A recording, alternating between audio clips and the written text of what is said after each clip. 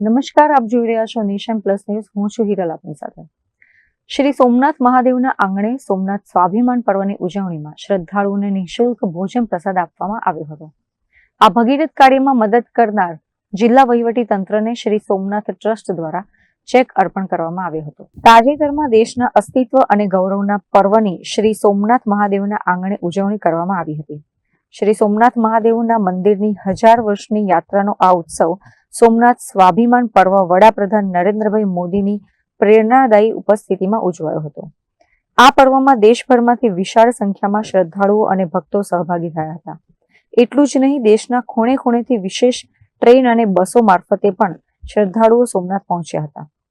દેશભરમાંથી આવેલા ભક્તો અને શ્રદ્ધાળુઓને સોમનાથ ટ્રસ્ટે દિવસ રાત ભંડારા ચલાવીને ભોજન પૂરું પાડ્યું હતું, જેને લઈને સોમનાથ ટ્રસ્ટ દ્વારા ગીર સોમનાથ જિલ્લા વહીવટી તંત્રને ભંડારાના રાશન પેટે ₹1.7 કરોડનો ચેક અર્પણ કરવામાં આવ્યો હતો.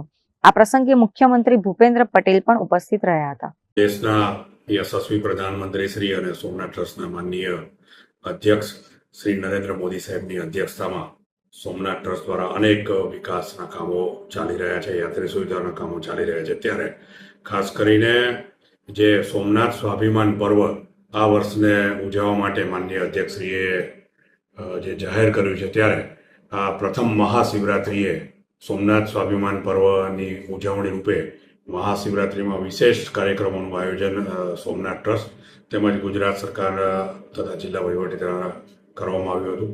ખાસ કરીને સોમનાથ સ્વાભિમાન પર્વ દરમિયાન જે ભક્તો દેશભરમાંથી ભગવાન સોમનાથના દર્શનાર્થે આવ્યા હતા, તેમને ભોજનની વ્યવસ્થા ટ્રસ્ટ દ્વારા વહીવટીતંત્રને સોંપવામાં આવી હતી અને વહીવટીતંત્ર દ્વારા જેટલા લોકો દર્શનાર્થે આવ્યા હતા તેમને સારી રીતે અલગ અલગ જગ્યાએ ભંડારાની વ્યવસ્થા કરી અને ભોજન પીરસવામાં આવ્યું હતું. આજે ભોજનનો ખર્ચો જે રાશનનો થયો 1.08 કરોડ એ ટ્રસ્ટ દ્વારા વહીવટીતંત્રને આપેલો ચેક આપવામાં આવ્યો છે.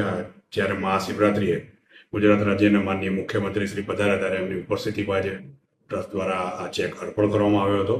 ખાસ કરીને મહાશિવરાત્રિએ પણ લાખોની સંખ્યામાં જ્યારે મંદિર સતત 42 કલાક ખુલ્લું રહે, ત્યારે આ 3 દિવસના ઉત્સવમાં જે ભક્તો શ્રદ્ધાળુઓ અહીંયા સોમનાથના દર્શનાર્થે પધાર્યા હતા તેમને ભોજનની સારી રીતે સુવિધા મળી રહે તે માટે ટ્રસ્ટનું અન્નક્ષેત્ર તો ખરું જ, પણ એ સિવાય પણ જુદા જુદા ભંડારોની વ્યવસ્થા ટ્રસ્ટ દ્વારા ત્યાં પીવાના પાણીની સમગ્ર વ્યવસ્થા કરી અને લોકોને ભોજન પીરસવામાં આવ્યું હતું.